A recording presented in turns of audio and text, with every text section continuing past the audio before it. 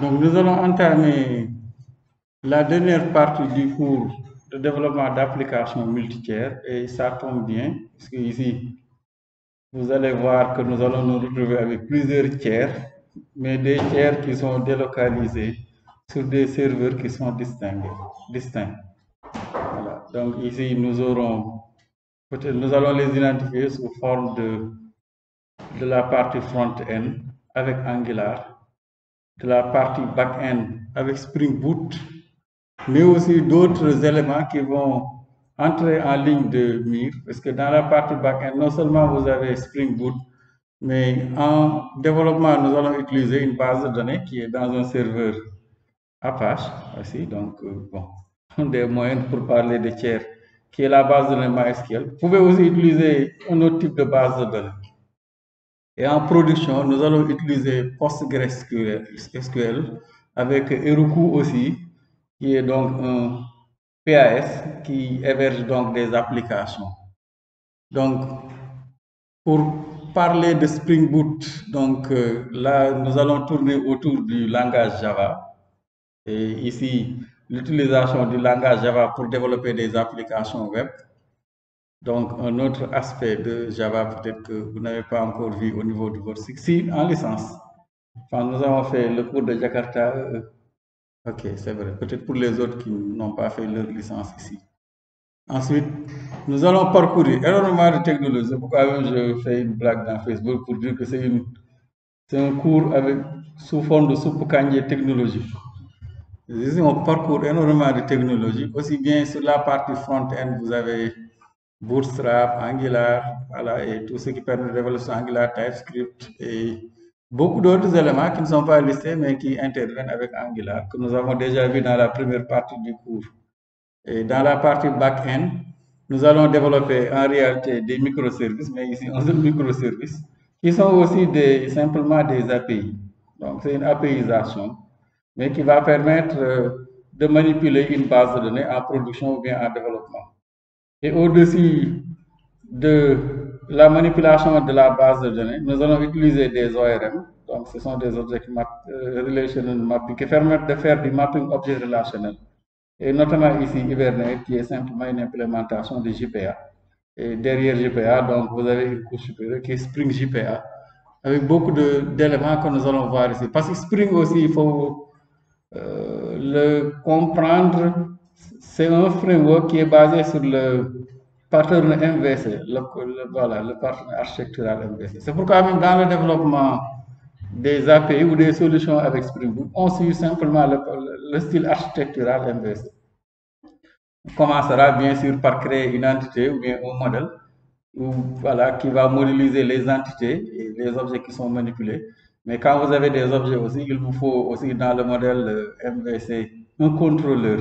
Et ici, notamment, nous allons utiliser les API RESTful que vous avez aussi déjà vu dans le cours de Service Web.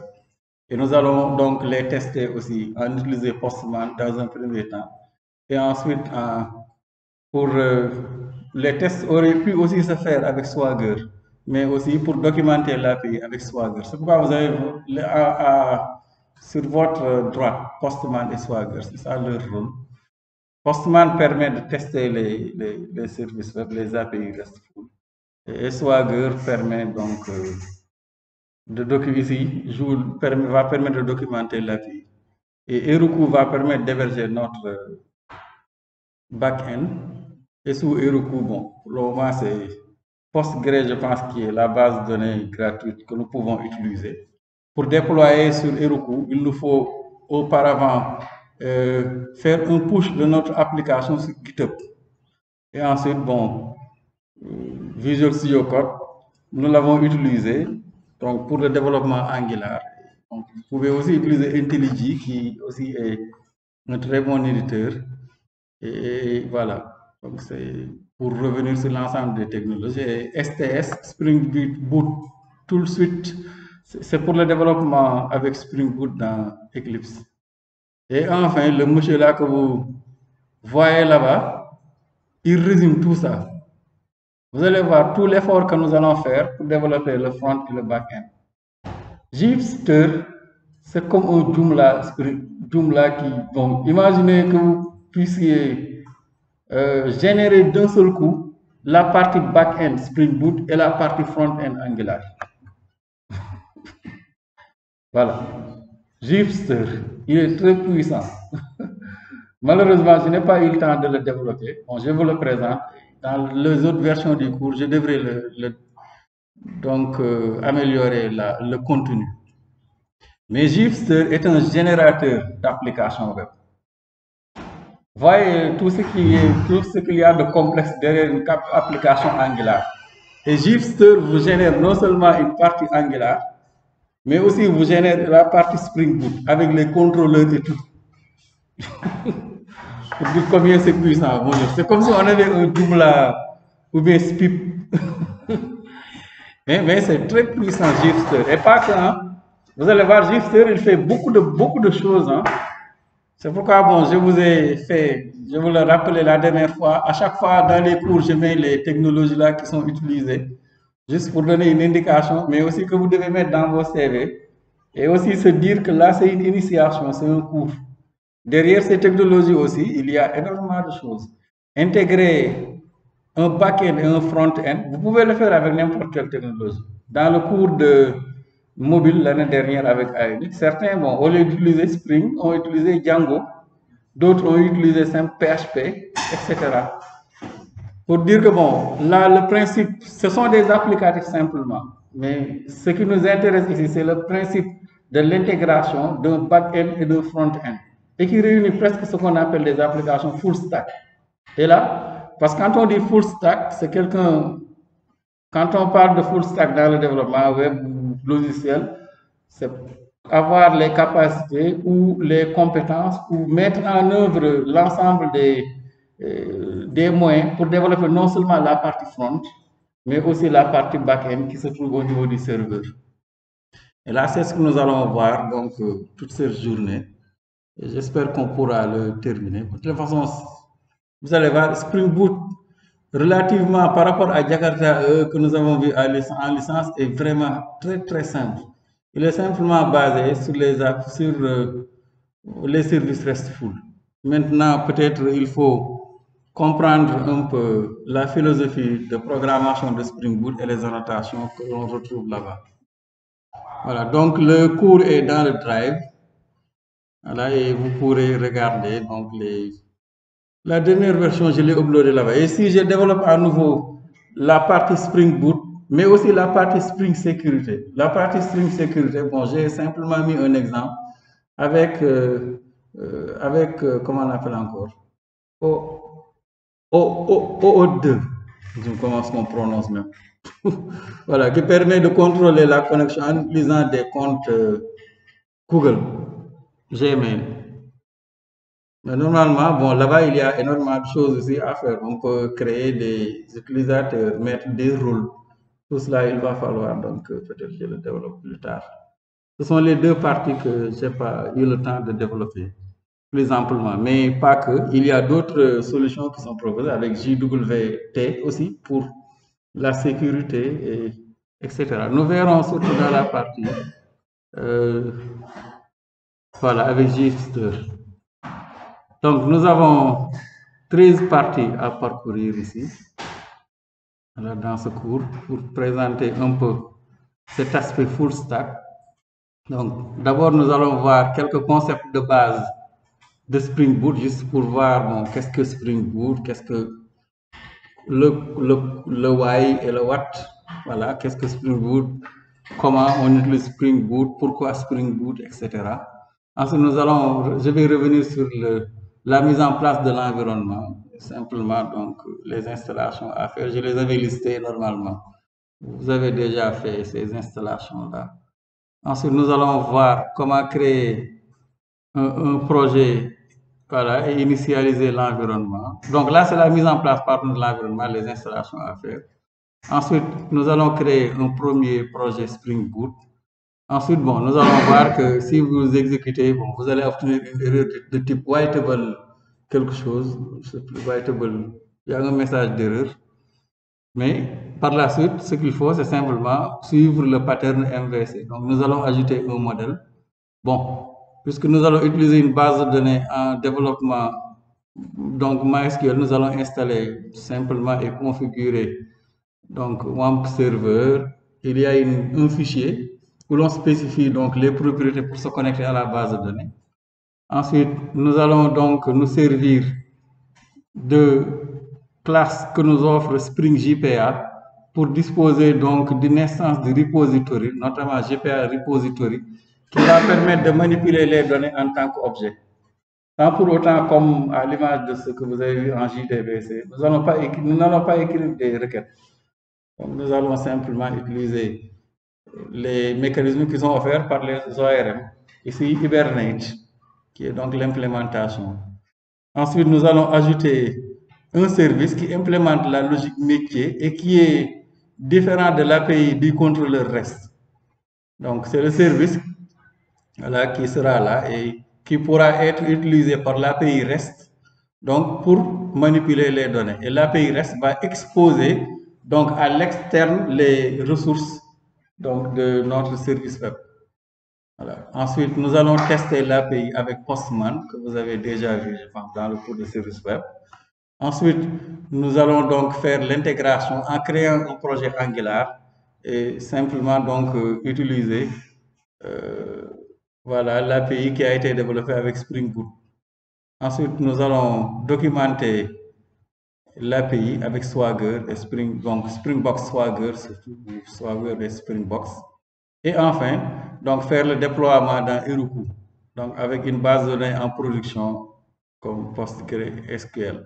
Bon, les bases de données là, ce sont des choix seulement que j'ai fait dans le cours, mais vous pouvez aussi faire d'autres choix. Hein. Pour le déploiement aussi, j'ai choisi Heroku, mais vous pouvez développer dans Amazon Web Services, dans le cloud. Il y a énormément de solutions où vous pouvez faire du déploiement. Le front-end, par exemple, vous pouvez le déployer dans Firebase. Bon, je ne l'ai pas encore fait, mais normalement, dans la future version du cours, le front sera dans Firebase et le back-end dans Heroku. Ensuite, ces deux parties-là que je n'ai pas développées, parce que normalement, la sécurité devait se retrouver ici, tout juste avant le test, cette partie-là. Mais je vais quand même vous présenter Spring Security, donc juste une présentation avec un exemple avec OAuth 2 pour se connecter, donc pour sécuriser la partie back-end avec un compte Gmail. C'est juste un exemple, mais dans la future version du cours, il y aura l'ensemble des détails sur les autres voilà, solutions qui sont liées à Spring Security.